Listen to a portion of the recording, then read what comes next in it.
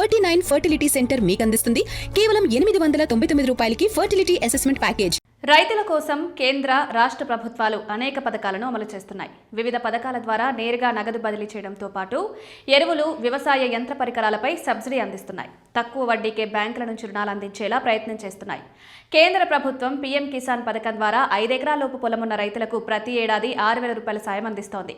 హోలీ సందర్భంగా 22వ విడతకు సంబంధించి 2,000 నగదు రైతుల అకౌంట్లో కేంద్రం జమ చేయనుందని తెలుస్తోంది. అయితే రైతుల కోసం కేంద్రం మరొకటి కూడా అమలు చేస్తోంది. పీఎం కుసుమ్ పథకం ద్వారా సోలార్ పెంపు సెట్లపై రైతులకు 60% కేంద్రం సబ్సిడీ అందిస్తోంది. ఇక 30% బ్యాంకు నుంచి లోన్ ఇప్పిస్తోంది. మిగతా 10% సొమ్మును రైతులు చెల్లించి సోలార్ పంపు సెట్లు ఏర్పాటు చేసుకోవచ్చు. ఈ పంపు సెట్ల ద్వారా మిగులు విద్యుత్ను ప్రభుత్వానికి విక్రయించి రైతులు లక్షల్లో ఆదాయం పొందొచ్చు.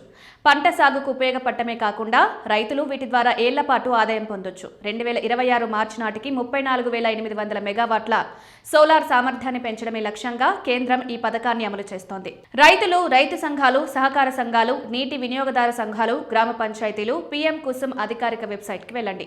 రిజిస్ట్రేషన్ ఫామ్ పై క్లిక్ చేసి వివరాలను పూర్తి చేయాలి. డిక్లరేషన్ బాక్స్ ను క్లిక్ చేసి సబ్మిట్ పై క్లిక్ చేయండి. తర్వాత లాగిన్ పై క్లిక్ చేసి అప్లికేషన్ పూర్తి చేసి డాక్యుమెంట్స్ అప్లోడ్ చేయండి. ఆధార్ కార్డ్, పట్టాదార్ passbook, mobile number, passport size photo, declaration form, bank passbook, land document, 1 megawatt capacity solar plant రైతులు ఏర్పాటు చేసుకుంటే దాని నుంచి రోజుకు దాదాపు 4,500 యూనిట్ల విద్యుత్ ఉత్పత్తి అవుతుంది. ఈ విద్యుత్ను రాష్ట్రంలోని డిస్కంలు 25 ఏళ్ల పాటు కొనుగోలు చేస్తాయి. ఇందుకు ముందుగానే రైతులతో డిస్కంలు ఒప్పందం చేసుకుంటాయి. 1 యూనిట్కు 3.13 చొప్పున రైతులు పొందొచ్చు. అంటే రోజుకు 14,000 వరకు ఆదాయం పొందొచ్చు. ఇలా 25 ఏళ్ల పాటు లక్షల్లో ఆదాయం వస్తుంది.